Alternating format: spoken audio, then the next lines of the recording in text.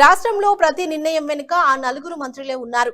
ఆ నలుగురు ఆంధ్ర కాంట్రాక్టర్లు అని ఆరోపణలు చేసిన రాజగోపాల్ రెడ్డికి ముఖ్యమంత్రి ఏం సమాధానం చెబుతారు? ఫినిక్స్ కంపెనీ ద్వారా మంత్రి పొంగులేటి శ్రీనివాస్ రెడ్డికి 1500 కోట్ల రూపాయల బదలాయింపుపై దర్యాప్తు లేదు. అవినీతి అక్రమాలతో రాష్ట్రం భ్రష్టు పట్టింది. వాటాల పంపకానికే కేబినెట్ మీటింగు నిర్వహిస్తున్నారు. ప్రజా సంక్షేమం కోసం కాదు, అవినీతికి అడ్డగా సచివాలయాన్ని మార్చారు. అవినీతి అక్రమాలపై ఇతర మంత్రులు ప్రశ్నించకపోవడం అనుమానాలకు తావిస్తుంది. భాజపా ఆధ్వర్యంలో ప్రశ్నిస్తాం, ఉద్యమిస్తాం, కార్యాచరణ రూపొందిస్తాం. ప్రతిపక్షం గొంతు నొక్కేందుకు తెర మీదకు హెయిర్ స్పీచ్, ప్రివెన్షన్, రైతు బీమా రెన్యువల్ జాప్యంతో నిలిచిపోయిన పోర్టల్ నిర్మల్లో విలేకరుల సమావేశంలో భాజపా శాసనసభ పక్ష నేత మహేశ్వర్ రెడ్డి మాట్లాడారు. ఆరోపణలు మీరు ఖచ్చితంగా దానికి సిబిఐ కానీ ఈడీ కానీ మీరు సమర్పిస్తారు.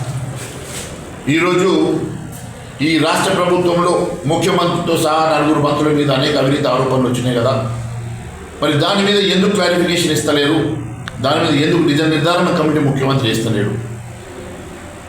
మరి ముఖ్యమంత్రి రేవంత్ రెడ్డి సోదరుడి మీద ఆ భూ బదలాయింపు మీద వచ్చినటువంటి ఆరోపణలు అయితేనేమి, ఆర్ఆర్ ట్యాక్స్ల మీద వచ్చినటువంటి ఆరోపణలు అయితేనేమి, అంతేకాదు సివిల్ సప్లైస్ మంత్రి మీద వచ్చినటువంటి ఆరోపణల అంశం అయితేనేమి, బట్టి విక్రమార్క మీద వచ్చినటువంటి పర్సంటేజ్ల ఆరోపణలు అయితేనేమి, అదే మాదిరిగా పొంగులేటి శ్రీనివాస్ రెడ్డి మీద అనేక కుంభకోణాలు అనేక ఆరోపణలతోటి పొంగులేటి శ్రీనివాస్ రెడ్డి మీద వచ్చినటువంటి ఆరోపణల మీద ఎందుకోసం అని చెప్పి ముఖ్యమంత్రి రేవంత్ రెడ్డి గారు మాట్లాడతలేరు, స్పందిస్తలేరో దానికి సమాధానం కోరుతా ఉన్నాం. ఎట్టి పరిస్థితుల్లో ఈ అంశాల మీద మేము కార్యాచరణ చేసుకొని ముందుకెళ్తాం.